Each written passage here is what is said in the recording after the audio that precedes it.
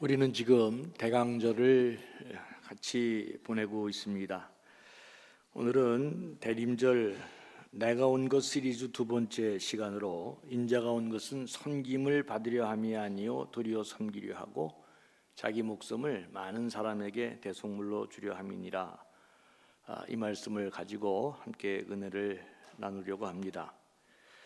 오늘 본문의 배경을 한번 살펴볼 필요가 있습니다. 예수님께서 십자가를 지시기 위해서 예루살렘으로 지금 올라가는 과정에서 발생한 일입니다. 세베다의 아들 어머니가 지금 자기 두 아들을 위해서 예수님께 로비를 했습니다. 이제 예루살렘에 올라가 주님이 통치하는 그런 세상이 곧 올 것 같은데, 그러면 제 아들 중 하나는 우편에 또 다른 하나는 좌편에 앉게 해달라, 이렇게 뒤에서 청탁을 한 것이지요. 이 사실이 알려지자 나머지 제자들도 두 형제에게 매우 분개했다. 성경이 그렇게 기록하고 있습니다. 왜 분개했을까요? 자기들도 모두 높은 자리에 앉고자 했기 때문입니다. 그러니까 옛날이나 지금이나 우리나 제자들이나 다 마찬가지죠. 다 발을 땅에 딛고 있기 때문에 우리의 일차적인 관심은 주님이 이루시려는 일보다는 세상적으로 자신들의 자리가 어떻게 되는지 여기에 또 관심을 갖게 된 것이 사실입니다. 계산이 너무 빠르면 제가 늘 그런 생각을 합니다. 큰 뜻을 두고 가야 되는데 계산이 너무 빠르면 큰 사람이 되지 못합니다. 나중에 제자들은 다 이제 성령의 역사함 가운데 주님의 뜻을 알고 이제 큰 역사에 이제 획을 긋는 사람이 되지만, 기독교 신앙은 언제나 이렇게 자신을 넘어가는 일이 이루어져야 하나님의 큰 일이 이루어진다는 것을 계속 우리에게 보여주고 있습니다. 어떻든 이해될 수 있죠. 자신의 자리에 관심을 두고 있는 이 제자들, 이런 상황에서 예수님이 말씀하신 내용이 오늘 본문의 내용입니다.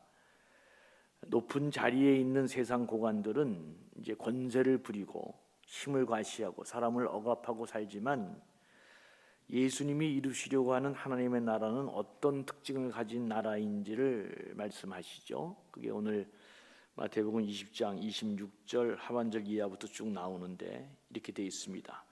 너희 중에 누구든지 크고자 하는 자는 너희를 섬기는 자가 되어야 되고, 너희 중에 누구든지 으뜸이 되고자 하는 자는 너희의 종이 되어야 하리라. 인자가 온 것은 섬김을 받으려 함이 아니요 도리어 섬기려 하고 자기 목숨을 많은 사람의 대속물로 주려 함이니라. 그렇게 말씀하셨습니다. 예수님이 이루시고자 하는 이 하나님의 나라는 이게 섬김을 받으려 함이 아니요 도리어 섬기려 하고 자기 목숨을 많은 사람에게 대속물로 줌으로 이루어지는 나라다. 하나님의 나라는 세상의 고관들, 세상 나라와 전혀 다른 가치관을 갖고 이루어지는 나라다. 그렇기 때문에 너희들은 세상 고관들처럼 어떻게든지 높은 자리에 앉고 어떻게든지 힘을 과시하고 그런 사람이 되어서는 안 된다. 왜냐하면 내가 이 땅에 와서 이루려고 하는 하나님의 나라는 그런 가치관을 갖고 있는 나라가 아니기 때문이다. 주님이 말씀하셨습니다. 세상의 법칙은 양육강식이죠. 힘 있는 자가 힘 없는 자를 삼키는 것입니다. 힘 있는 자가 힘 없는 자를 마음대로 부리는 것입니다. 세상은 다 그렇게 돌아가는 거죠. 그러나 하나님의 나라의 법은 그렇지 않다는 것입니다. 힘 있는 사람이 오히려 섬겨야 되고, 강한 사람이 오히려 섬기고, 남을 나보다 낮게 여기는 가치관이 이루어지는 나라가 바로 예수님이 추구하시는 하나님의 나라다. 지금 그렇게 말씀하고 있습니다. 만왕의 왕이신 예수님이 이 땅에 오셨다면 당연히 세상을 지배하고 통치하고 다스려야 될 텐데, 예수님은 오히려 이 땅에 섬기러 오셨고 자기 목숨을 많은 사람을 위한 대속물로 주기에 왔다. 굉장한 말씀이 아닐 수 없습니다. 굉장한 말씀이 아닐 수 없습니다. 저는 이 나라의 위정자들도 진실한 신앙인이 돼야 된다, 이제 그런 생각을 많이 갖고 있습니다. 균형 잡히고 제대로 된 신앙인이 이 나라의 위정자들이 될 때 이런 하나님의 나라가 이루어지는 역사가 이루어질 것이다, 그런 생각 많이 합니다. 주님은 자기 목숨을 많은 사람의 대속물로 줄여왔고 지배하려고 온 게 아니고, 그리고 자기 마침내 자기를 내어주는 삶을 위해서 이 땅에 오셨다. 요한복음 12장 24절에서도 주님은 그렇게 말했습니다. 한 알의 밀이 땅에 떨어지지 아니하면 한 알 그대로 있고 죽으면 많은 열매를 맺느니라. 우리는 여기서 예수님이 이룩하시려고 하는 하나님의 나라는 섬김을 통해서 만들어지는 나라임을 깨닫게 됩니다. 그러니까 섬김의 마지막은 자기 목숨마저도 다른 사람에게 내어주는 것 아닙니까? 교회가 이 땅에 하나님의 나라의 모델로 보여주는 것이라면 교회는 섬김을 통해서 우리가 하나님 나라가 어떤 것인지를 보여주는 아주 중요한 모델이 되어야 합니다. 하나님의 나라는 이처럼 섬기는 사람을 통해서 만들어져 가는 것입니다. 여러분, 우리가 천국을 어디서 경험합니까? 섬기는 사람들을 통해서, 섬김이 일어나는 곳에서 진짜 이곳이 살맛 나는 세상이구나, 하나님의 나라가 여기서 임해졌구나, 그것을 느끼게 되는 것입니다. 예수님은 하나님의 나라의 법을 친히 보여주시기 위해서 마지막에 이제 우리 성경에 나와 있는 것처럼 극단적인 행동을 하시죠. 그게 무엇입니까?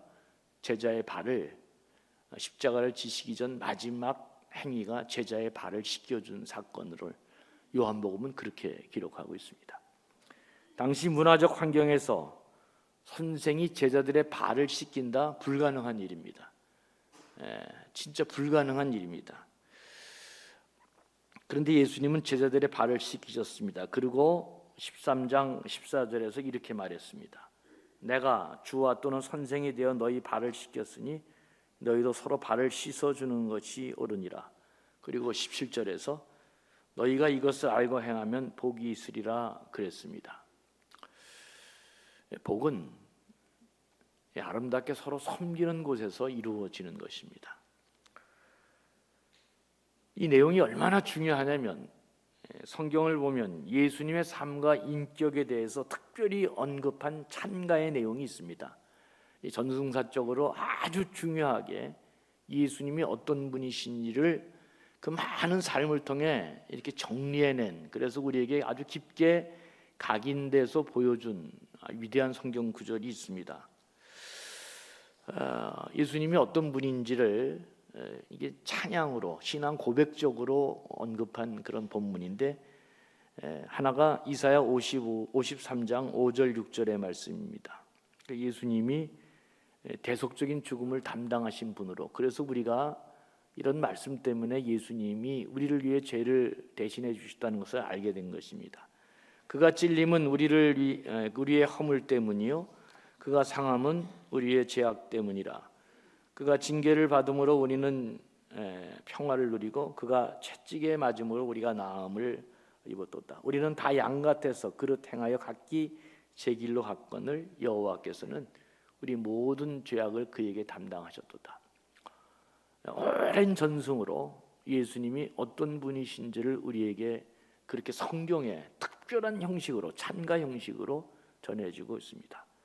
또 다른 하나는 신약 성경에 나오는 거죠. 그 유명한 빌립보서 2장 5절 이하의 말씀입니다.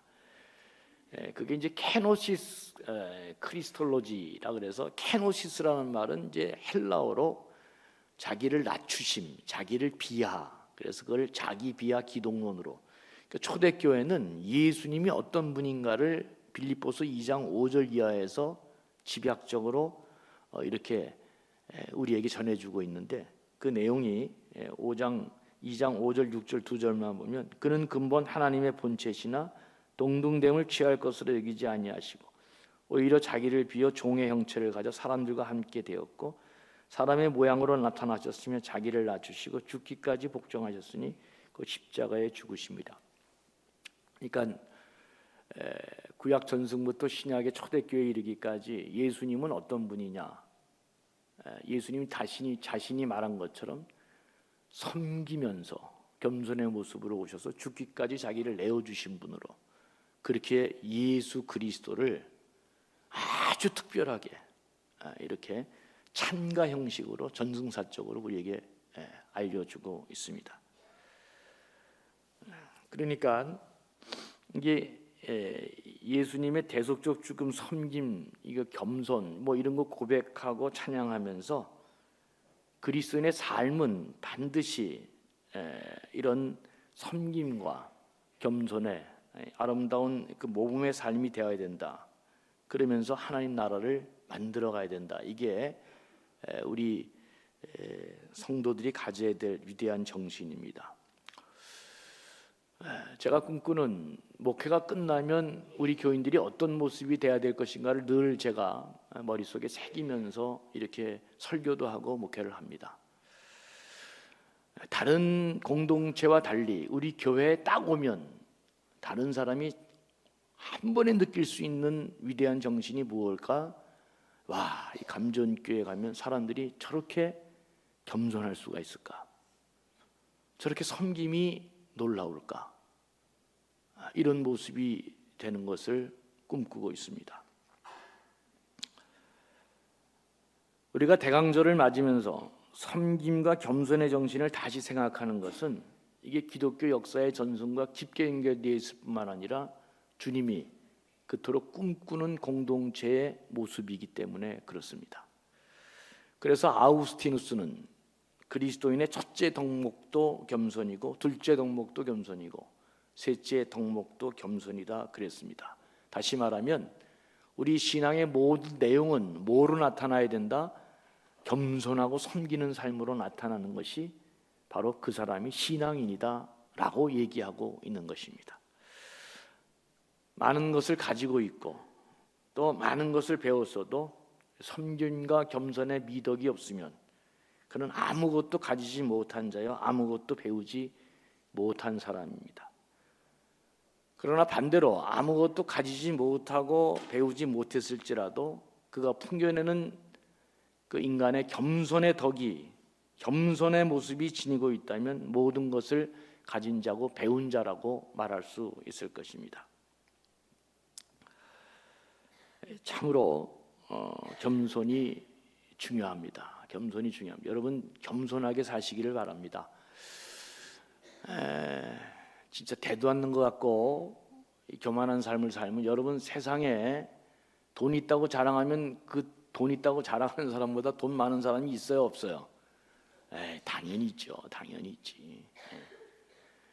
오늘 내가 올림픽에서 세계 1위 했다 그래도 그 1위가 계속 되어지는 게 아닙니다. 그죠?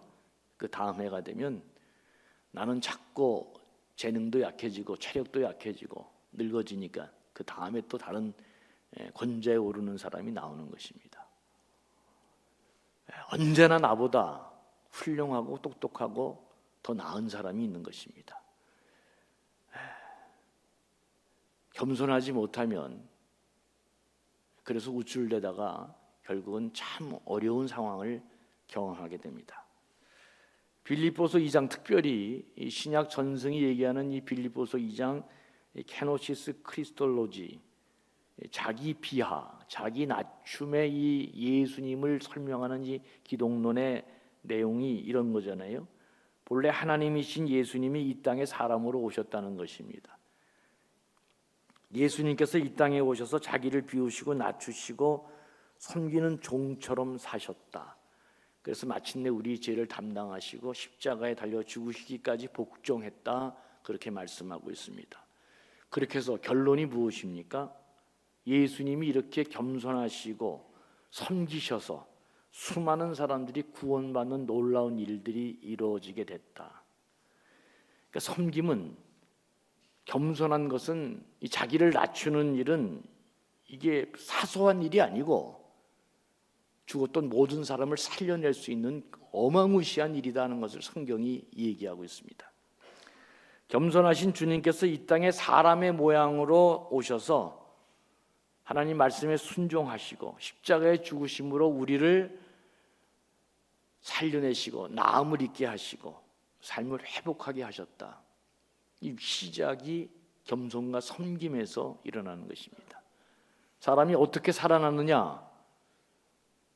겸손을 경험하고 겸손을 깨닫게 될 때 이게 살아나는 것이다. 그러니까 사람이 특별히 실력 있고 능력 있는 사람이 겸손하면 많은 사람이 살아나는 역사가 일어나는 것입니다.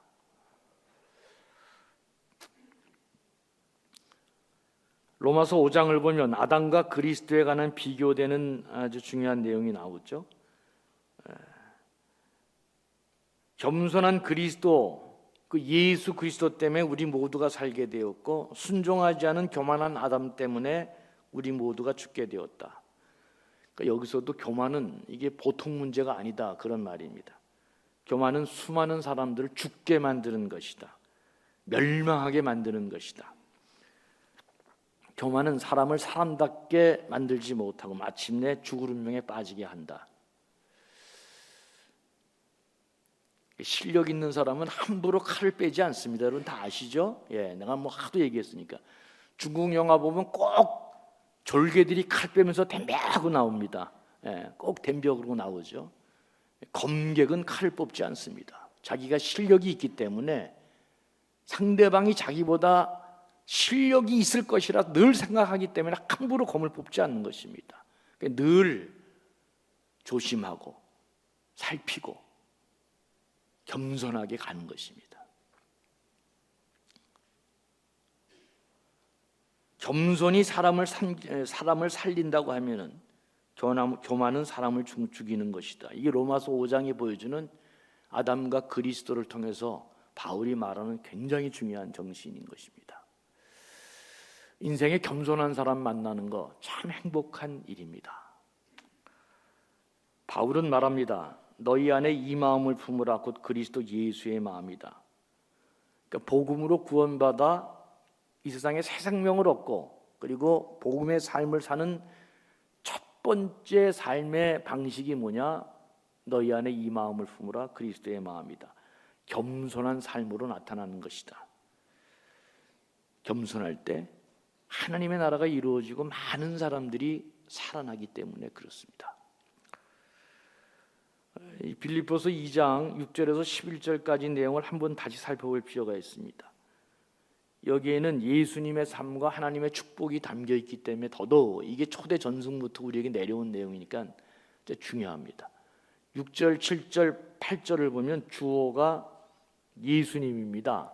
그는 근본 하나님의 본체시나 하나님과 동등됨을 취할 것으로 여기지 아니하시고 오히려 자기를 비워 종의 형체를 가지사 사람들과 같이 되셨고 사람의 모양으로 나타나 자기를 낮추시고 죽기까지 복종하셨으니 곧 십자가에 죽었다.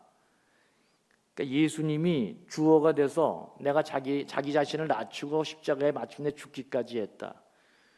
그랬더니 9절에서 11절이 이게 하나님의 응답입니다. 이러므로 하나님이 그를 지극히 높여 모든 이름 위에 뛰어난 이름을 주사 하늘에 있는 자들과 땅에 있는 자들과 땅 아래에 있는 자들의 모든 무릎을 예수 이름을 꿇게 하시고 모든 입으로 예수 그리스도를 주라 시인하여 하나님 아버지께 영광을 돌리게 하셨느니라 그랬습니다.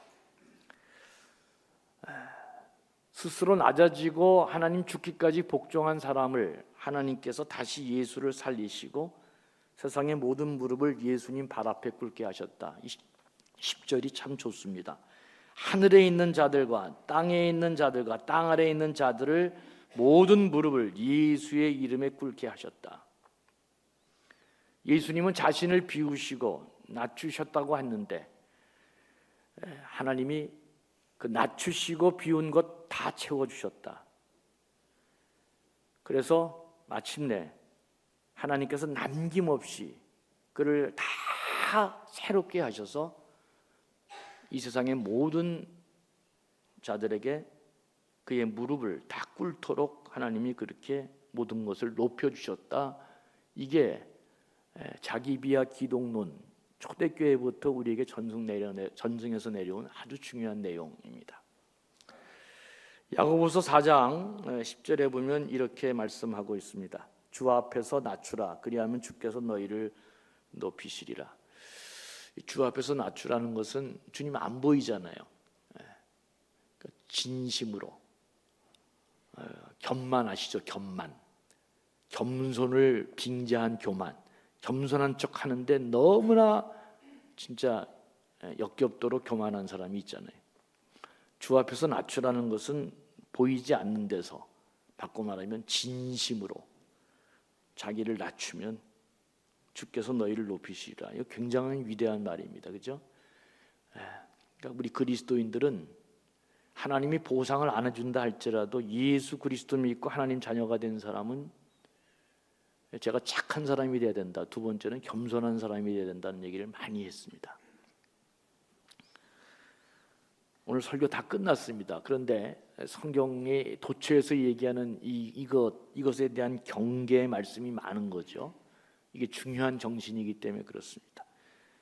마태복음 23장 12절에서 주님은 이렇게 말씀하십니다. 누구든지 자기를 높이는 자는 낮아지겠고 자기를 낮추는 자는 높아지리라. 예수님의 이 말씀이 틀리지 않다면 자기 자신을 높이는 자는 반드시 낮아질 것입니다.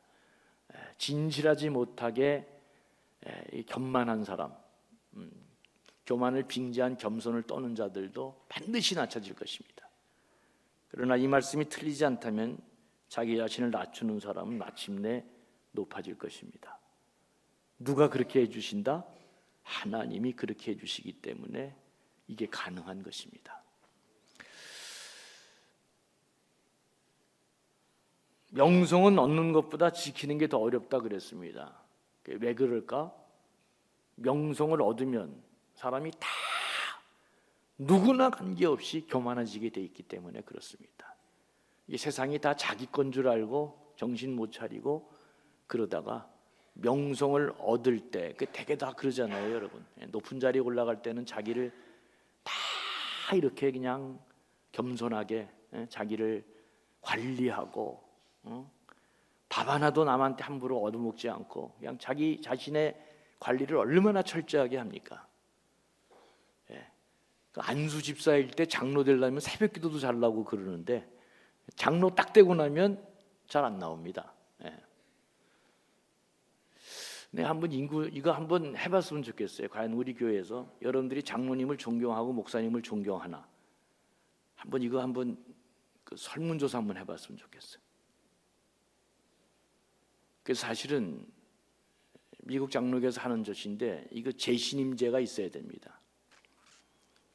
목사든 장로든 3년이면 3년, 5년이면 5년 재신임 제도가 있어야 겸손해질 것입니다. 함부로 하지 못해. 인간은 누구나 다 마찬가지입니다. 어느 누구를 막론하고 이 평등과 특권의 권리가 자꾸 발동하는 것입니다.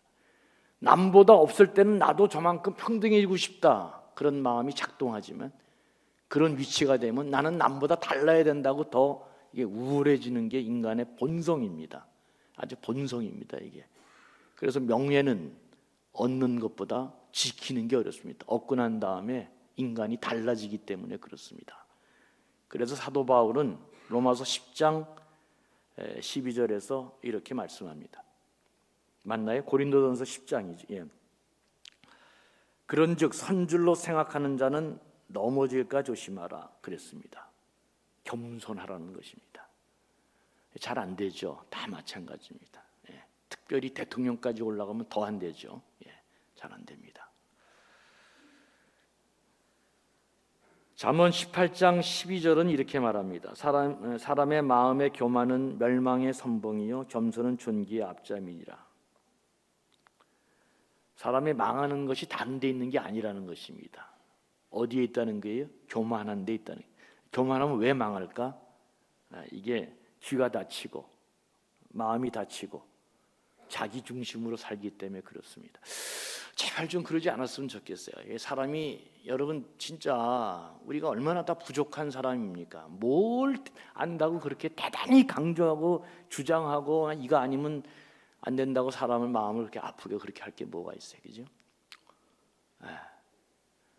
생명 권리를 아니면 이단되는 일이 아니면 웬만하면 그저 아멘 하고 가는 게 좋습니다. 예. 아내하고 부부 사이에도 마찬가지입니다. 전부 다. 여러분 뭐 아내하고 부부 사이에 남북 통일의 문제 때문에 갈라서는 사람 봤어요? 뭐 거대 담론으로 얘기하다가 그냥 내가 우리 아내하고 나하고는 같이 못 살겠다고 이제 정신이 안 그래요? 안 그렇잖아요. 어느 집 보니까 치약을 위에서 짜느냐 아래에서 짜느냐 이것 때문에 갈라지더라고. 이혼도 하더라고. 그냥 생명 걸릴 일도 아닙니다. 진짜 아무것도 아닌 일인데 이게 이제 교만해서 사람이 많은 거예요. 내 뜻대로 안 되면 뭐 뒤져버리는 거예요. 돌아버리는 거예요. 제가 젊었을 때는 깃발 끄고 가는 일에 정념했는데 나이가 많이 들고 인생이 이제 은퇴할 때도 다가오고 다 이렇게 보니까 얼마나 부질없는 짓을 했는지 그런 생각을 많이 느낍니다. 치약을 위에서 짜면 어떻고 밑에서 짜면 어떻습니까?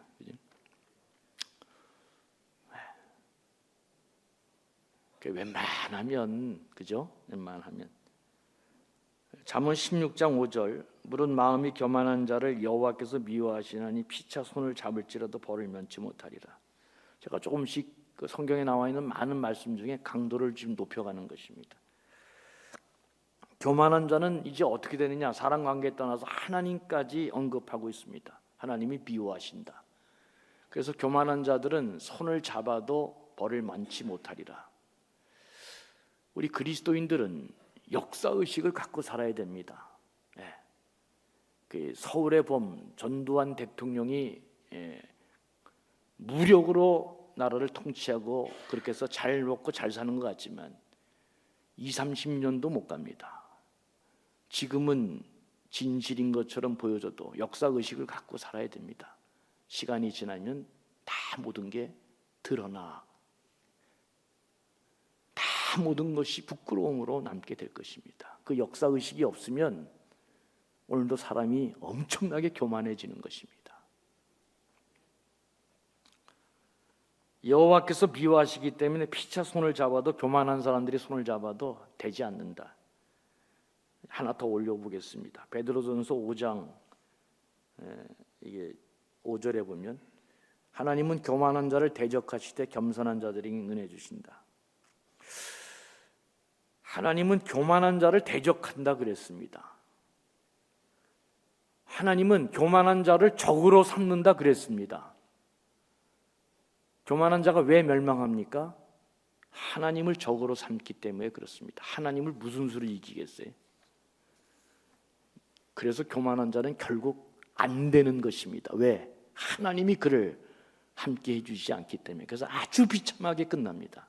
아주 비참하게 끝납니다.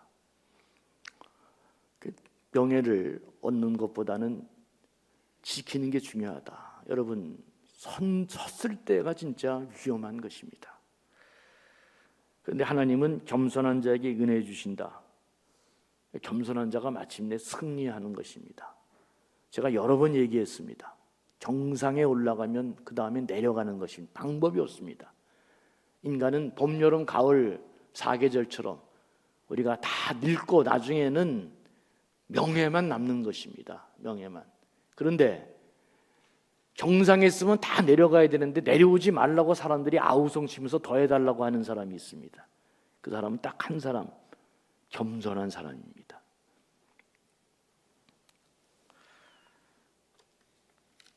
우리가 어떻게 하든지 교만을 떨쳐버리고 자기를 낮추고 그래서 겸손한 마음으로 섬김의 삶을 살고자 할 때 그때 하나님의 은혜가 우리에게 임하는 것입니다. 우리 교회가 어떻게 부흥하게 될까? 어떻게 성령의 역사가 강하게 일어나는 곳이 될까? 그리고 우리 스스로가 우리 교회가 얼마나 이게 행복한 교회라고 자부심을 느끼게 될까? 그것은 우리가 다 서로를 섬길 때 이 일이 가능하게 되는 것입니다. 하나님의 나라가 바로 이 섬김의 삶을 섬기는 사람들을 통해서 이루어지기 때문에 그렇습니다. 우리 가운데 교만한 사람이 한 5사람만 등장해도 교회 망합니다. 어느 누구도 그 교만한 사람을 가만두지 않기 때문에 더 다 그래서 교만해지게 돼 있습니다. 이제 오늘 설교를 준비하면서 우연히 글을 하나 읽었는데 참 이게 재밌더라고요. 밥맛 없고 함께하고 싶지 않은 사람 1위 뭘 것 같아요? 이야, 탁월합니다 진짜. 예. 1위 함께하고 싶고 밥맛 없어서 다시 보고 싶지 않은 사람 1위 잘난 척하는 사람, 그게 또 있더라고요. 야, 2위 매일 트집 잡고 비판하면서 자기밖에 모르는 이기적인 사람. 3위, 그만하겠습니다. 오늘 설교하는 시간에 뭐 이런 거 얘기하는 게 아니니까. 근데 1위, 야, 그러니까 아내도 남편도, 내가 결혼식 할 때 그 얘기 하잖아요. 남편이요, 아내 앞에서 잘난 척하지 마라.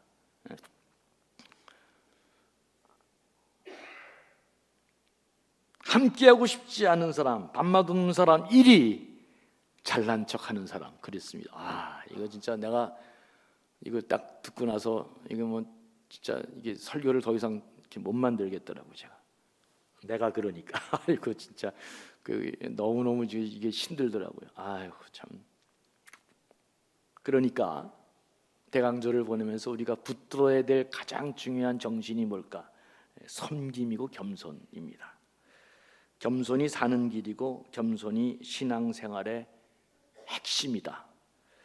겸손해야 우리 모두가 행복할 수 있고 다른 공동체와 구별되는, 현격하게 우뚝 서고 우리가 다른 공동체가 되는 것은 서로를 섬기고 겸손한 마음으로 하나님 나라를 만들어갈 때 이 일이 가능한 것입니다.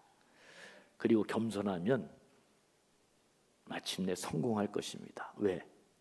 하나님이 은혜 주시고 밀어 주시기 때문에. 하나님이 하시는데 어떻게 그걸 막겠어요? 대강절 둘째 주일, 나에게 주님 오심을 새롭게 기다리면서 이런 축복이 여러분 모두에게 넘쳐나기를 주의 이름으로 간절히 축원합니다. 하나님 아버지, 평생 죽을 때까지 예수 그리스도 믿고 하나님 자녀가 되었으니 겸손하고 섬김의 삶 사는, 그래서 하나님 나라를 만들어가는 복된 사람 되게 해 주시옵소서. 감사하며 예수님의 이름으로 기도합니다.